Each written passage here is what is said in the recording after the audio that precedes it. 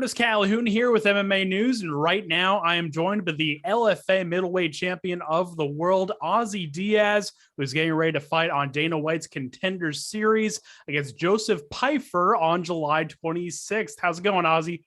Hey, how's it going, man? Thanks for having me on again. Absolutely. Great to talk to you again. And first things first, a lot has happened since we last talked a few months back. You won the LFA title, and now you get this call from the UFC to be on Contender Series. Just kind of take me through these last few months. What has it been like for you? Nothing super different for me. I continue with the same regimen. I train every day. The only difference is I really kept up with my diet and kept my weight pretty low the whole, after the LFA fight. So it was pretty cool, having a camp, trying to keep my weight up instead of trying to cut my weight down. You know what I mean? It was pretty cool. When you got that call from the UFC to be on Contender Series, what was that whole moment like for you? Man, you know what? It was crazy because I actually didn't get a call. I won the LFA belt. I, did the interview with Gilbert Melendez in the cage. They put the belt around me. My manager walks in the cage and tells me that's my next fight. So I was still in the cage when they let me know that I just got the call right away. So, well, they called them and I'm like, cool, let's do it. That's awesome, man. Well, hey, let's talk about your opponent, Joseph Pyfer. Obviously a tough guy, well-rounded style. What do you know about him as an opponent, and what are your thoughts on the matchup? Same thing as last time, brother. I don't really study my opponents. I go based on what my coaches tell me. I know he's a well-rounded guy. From what my coaches have told me, I know he's a powerful striker, but everyone's a powerful striker, brother. My last 4 fights, they were all amazing martial artists. So this is just my next fight, a tough fight. And, I'm looking forward to testing my skills against, the greatest. Absolutely, man. And in your last fight against Bruno Assis, you got the takedown defense working. You got that first round knockout. Just kind of take me through your performance and what were some of the things you took away from that fight?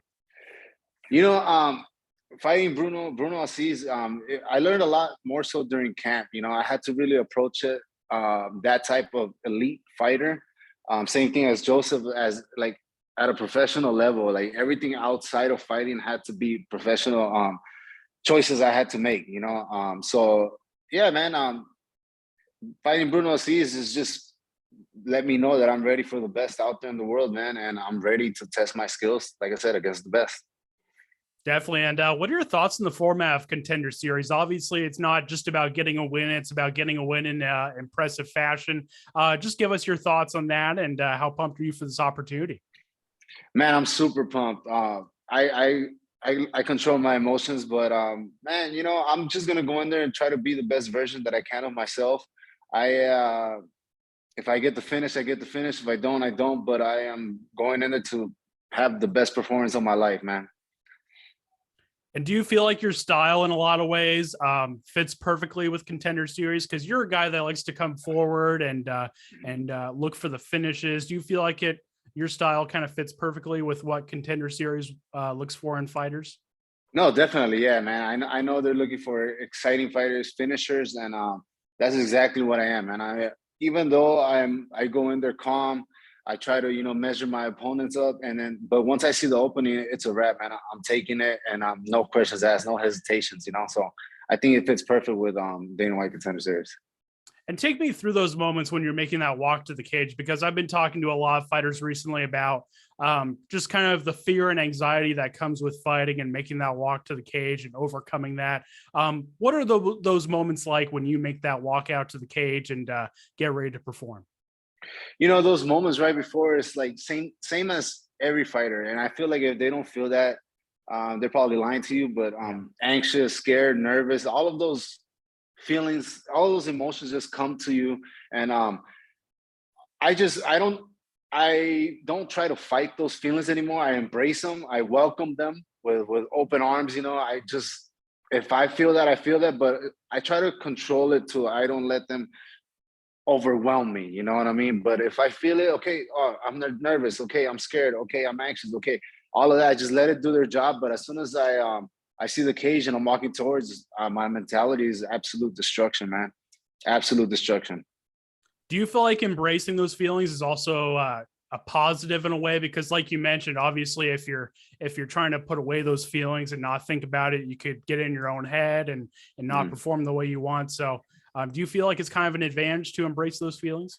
I think so. I mean, there's no point of fighting those feelings because I've done that in the past where I'm like, man, I shouldn't be feeling this. It's not my first fight. Like, man, I shouldn't be like scared. I shouldn't be nervous. Like, nah, man. Now it's like, all right, it helps me feel like, okay, I am in the right spot. Okay, I am here. I am alive. I could feel the energy. I could feel everything. So it makes me. I've learned to like flip it around and say I am in tune with my own senses. I know what's happening, opposed to like I don't know what's going on. You know what I mean? But I know what's going on, so I like that. I like knowing what's happening within myself. Yeah, absolutely. And I want to switch gears a little bit here. Your Yep. teammate Chase Gibson is getting ready to fight in an LFA main event at LFA 137. Give us your thoughts on that, and what are your thoughts on his potential? Could we possibly see him get another opportunity on Contender Series? Man, Chase is a monster, brother. Super beast. Hits hard as hell for his size. And he's not a small guy. He's a big dude. But yeah, man. I see this fight going in, and Chase just absolutely demolishing this guy. Chase is a very high level dude, and most likely he will move on to the next level after this one. I'm 100% sure. Awesome. We look forward to seeing him, man. And obviously, I know you're not looking past Joseph, but what are some dream matches that maybe you've thought about in the middleweight division, if you've thought of any when you get that call to the UFC? Are there any opponents in the UFC that you've thought about fighting for a while or visualized about? Yeah. It's funny because one of my teammates asked me that today, and I was like, what would be like a super cool dream fight for me? Even though he is not the champion anymore, but he former champion. I would love like a Robert Whittaker fight, like that. I don't know. It's just test myself against that guy. Like I feel like he's like very unbreakable mentally, and I would like to see if I can break that mind. And what were your thoughts on his rematch with Adesanya? There were some people that felt like he did enough to get the decision on the scorecards. Did you watch the fight? What were your thoughts on his performance? I did watch the fight. I watched it once. I don't really recall too much about it. I know. I don't.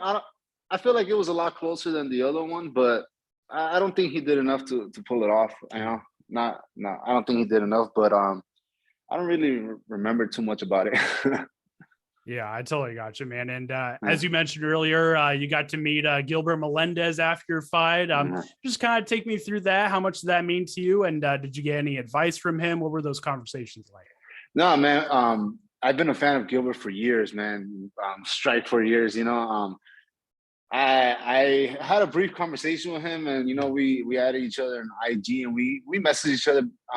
Not too much, but we do hit each other up, and yeah, man, he's a cool dude. It's just being able to take a picture with him was amazing. Yeah.